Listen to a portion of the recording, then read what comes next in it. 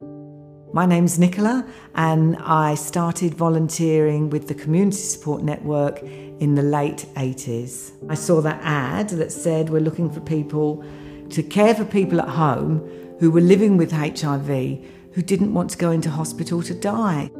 The care people were given in hospitals, they just weren't aware, and there was a lot of stigma, there was a lot of fear. People were in wards with notices on the door, and medical professionals would go in and they'd perhaps be all gowned and frocked up. It wasn't an open, welcoming, caring experience as much because it was driven by fear. But now we know every one of us could be devastated by it. People were very aware that they may, this could be their last month, their last Christmas, their last birthday.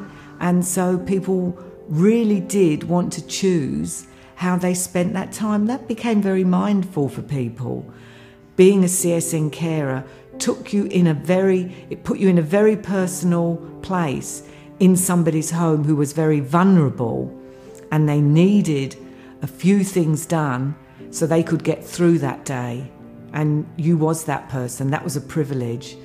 I was there to cook, to wash up, to clean the bathroom, to hang out the washing, to make the bed. People were very isolated.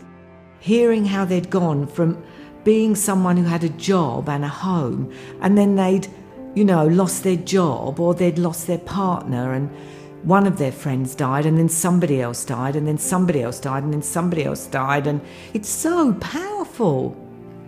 It's huge. It's a privilege for somebody to tell you their story like that.